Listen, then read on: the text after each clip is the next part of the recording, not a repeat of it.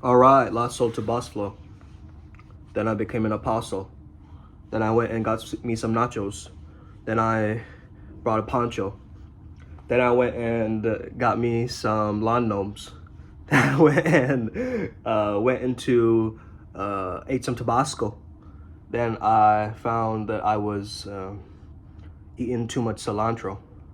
So I gave up and I wanted to be colossal. Ooh, bars, okay? Let's start off like this, okay? Playful leadership, okay? This is exactly what you need to create that hemisphere synchronization, okay? And this has been one of the keys that made me go from a frantic, scattered, bliss junkie, like type of personality of just like, oh, looking around for, confused about life, not really knowing who I was, feeling insecure in relationships, all this kind of stuff just went away from me when I understood the way, okay? It went away when I understood the way. That's very important. Way, by the way, is a concept from Taoism, okay? It means basically effortless effort, the action of non-action, okay? And it's clinical, but it's so fluid at the same time, okay, which is what I love about it. So unattached to the outcome, because you know yourself, your values, which is also your strengths, and you trust that you'll get the job done, okay? Going towards something in terms of flow state, seeking that high or that state of mind, right?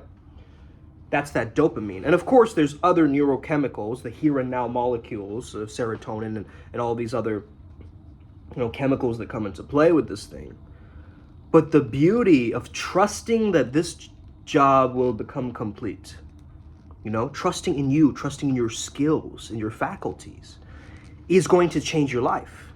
Okay, this is why it's so important to study this thing, to tap into the zone, to be a peak performer. You need to know these things, okay? So first and foremost, I love what Bruce Lee says. He's one of my, I want to say idols, okay, or even role models, because that man's philosophy and ideas, if you ever look into it, is absolutely fascinating. He talked about acting, unacting, right? A natural unnaturalness or an unnatural naturalness. And by itself, you hear this and you think, wait, this is a paradox. But then you start to understand what he says. Too much on one side and you become unscientific. Too much on the other side, you become a mechanical man, right? And so this mechanical instinct that he talks about is really, really key in understanding this quality of how to go from lost soul to boss flow. Because it is playful leadership, the leadership being the mechanisms, the mechanical, right? The machine-like. And then, of course, the instinct, which is playful, which is much more open, right? The acting would be the mechanical, the unacting would be the instinct, right? The inorganic, organic, okay? The calculated inhibition, okay? Calculated inhibition. It's very, very important that you also enjoy what you're doing. Okay, so the enjoyable would be the playful or the instinct, and the achievement would be the mechanical, okay, structure, process, following through on things, male and female. Death, which can be mechanical. We were talking today about the Freud's death drive. I'm part of this conference, if you guys don't know. Death and the ego, mechanical, egolessness in life, playful or instinctual, okay, inherent. So in this way, you are both dead and alive, okay? What do I mean by that? That's very heady and confusing to understand for some of you, okay? But if you're alive, you know you're going to die. If you're dead, then you're in another process of decay, but then there's probably new life. As far as we know, we don't know what afterlife consists of, but it's the idea of the one and the zero, right? If you are alive right now, then you're also dead somewhere else in a parallel universe. You get what I'm saying? So it's really important for you to recognize that I'm already dead, but I'm also already alive. And so to use this balance, or the light switch flicker that I mentioned in a few videos ago, to really combine this mechanical instinct, which is basically one of the greatest arguments, I guess, controversies in psychology that we've been discussing for ages and ages, right? Which is nature versus nurture. Nature versus nurture, baby. Right? So the nature is the instinct, and the nurture is the mechanical. And I am in the idea that we need both. And that is how you create this mechanical instinct moving forward, okay? The civilized savage, the priest beast, the savage shaman, all of these ideas. Even the word, in our company, primal sutra, right? So the primal is the instinctual. And the sutra, a sutra is a treatise, a doctrine, a methodology, a technology, right? So the sutra is the mechanical, okay? Very, very important to understand this. This philosophy trickles into how I'm choosing to help people, okay? So it's very important that you understand this, because in Vajrayana, okay, they talk about the masculine and feminine energies being symbolized through the Vajra, which is the masculine, and the bell, which is the feminine. The bell, of course, representing the feminine wisdom, okay? So wisdom living on, if you think of replication and survival, right? Replication would be the wisdom living on, and the survival being the method, okay? So in Vajrayana, the Vajra itself is the method or the masculine. So it's this play of this Vajra and this bell together. Survival and replication together, okay? And so the method lives on, the wisdom lives on, both together. The mechanical instinct lives on. Again, it's this idea of autonomy and ecology, right? Doing and being. In flow state, we say action and awareness merging, right? Which is basically a fancier way of just saying that, you're conscious while you're acting, right? You're not acting unconsciously. You're acting with intention, and you're merging with the task at hand. Subject and object is merging, okay? So I see a lot of people, reading out their work or their papers, but there's a difference between just reading it and reciting it, taking someone on a journey, right? Like I have some notes here of what I just pulled together here, but then there's an aspect of performance, right? Where I take on different body shapes and I speak in different accents. And I do this because I keep myself in that pocket. Freud even said instincts are mythical entities. He said they're magnificent in their indefiniteness. Okay? So they're so confusing and inherent that they're naturally a part of us. So there's this aspect of surrender and an aspect of control, a letting go and a let's go. When we understand how to balance these two, you will go from being a lost soul to being someone who's very certain and very conscious and optimizing their life, making it better, going on this self-improvement journey, not to be stuck in it like a hamster wheel, but to use it as a propellant to rise up, to transcend, to be better, to achieve more, right? And I want to bring our attention towards this water-like leadership of Wu, because it's still strategic, but it's strategic non-agency, right? It's following what the situation in the moment desires, right? When you're thinking of socializing with someone, you're not thinking, oh, what is the perfect opener or the pickup line or the thing to say? No, it's situational.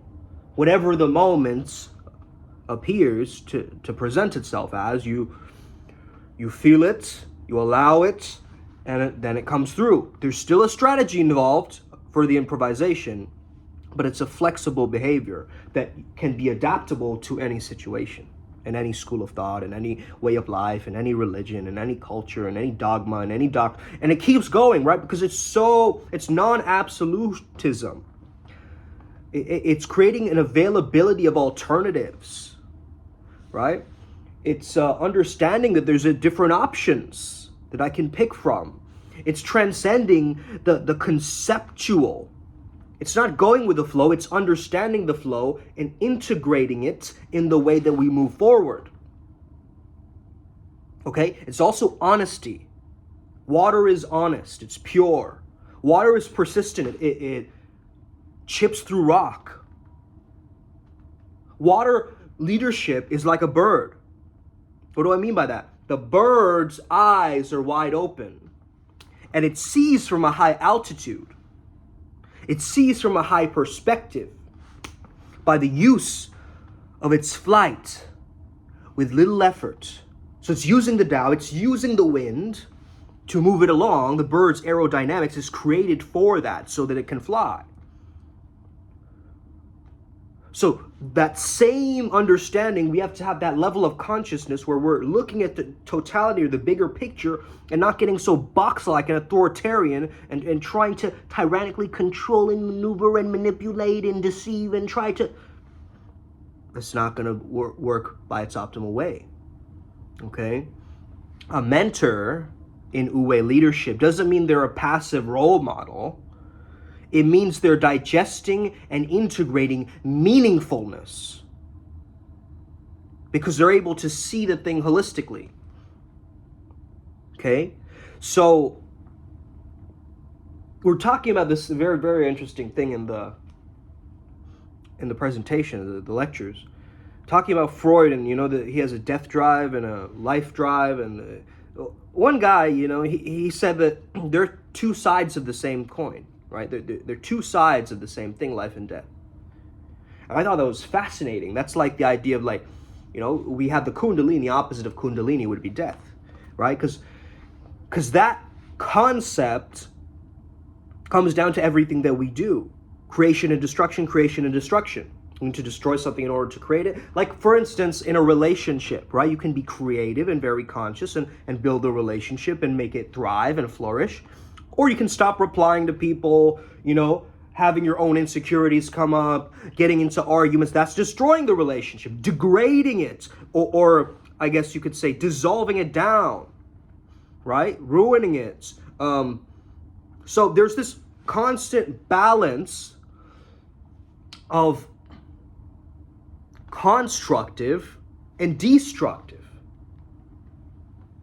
And they're two sides of the same coin. So we got to understand this, that this mechanical instinct, this constructive and destructive, together creates such a launch power that nothing will get in your way.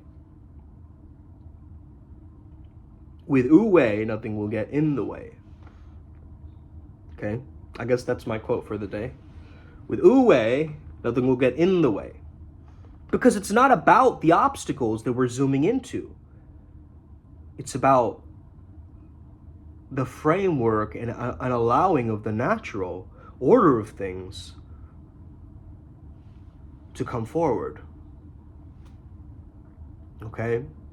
So I know in my life when I was very confused, maybe I was too much in my instinct. Or I was too mechanical, trying to maneuver everything. You're off the scale somewhere, right? Either you're too young or you're too yin or you're not well integrated. So integration is the way that you go from being a scattered lost soul to having boss flow. And that is my answer to the question.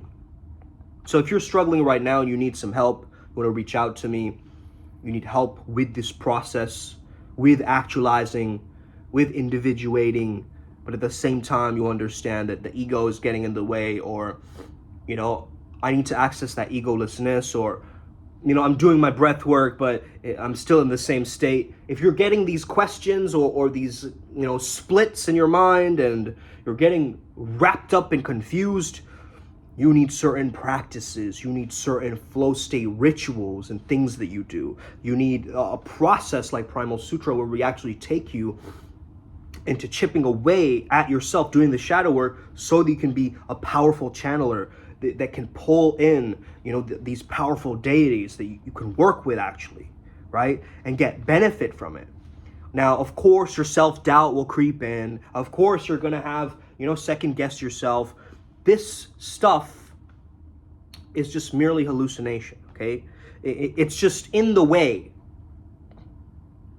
Your own mind is in the way. Just like someone's own body can be in the way, right? It's like a really muscular dude, right? Them doing yoga is quite difficult because they can't bend as far because the muscles are actually limiting, you know, like a bodybuilder, you know, being flexible. It's like it's two different path workings, right? But I think that the perfect balance of the flexible man who can also have a very aesthetic, you know, swole body, that person understands something. I'm looking at someone like Mike Chang, for instance, right? Who went from the bodybuilding world, understood and integrated, you know, Qigong, Tai Chi, these understanding of more flowing practices, and combining it with the high level of discipline of the bodybuilding. Now he's like above, right? In a sense, not that he's above, because he's become, you know, he has Wu-Wei leadership. He's humble, but at the same time, he understands. He understood that bridge. So he went for the conventional, went unconventional, unorthodox, came back to the conventional, but now he has a complete different approach because he's gone on this hero's journey, right? That has completely made him see things from different perspectives, you know, take and integrate, and that's what I want for you. That's what you got to do. You got to be like the Bruce Lee creating his own Jeet Kune Do method. You've got to be like that person who has their own method, their own tool, their own structure. And you can follow mine, you can understand it, but I'm going to help you to create your own. Because that individuality that you saying to yourself that, no, I'm going to do this, and I want to leave a trail behind me in this world. I want to be a pioneer, someone that, you know, people respect. And that's it, man. That's what you got to be doing.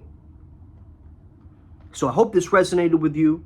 I hope you have an incredible, beautiful, wonderful day today. Having fantastic rest of your evening or day or morning or wherever you're, whatever time zone you're tuning in from.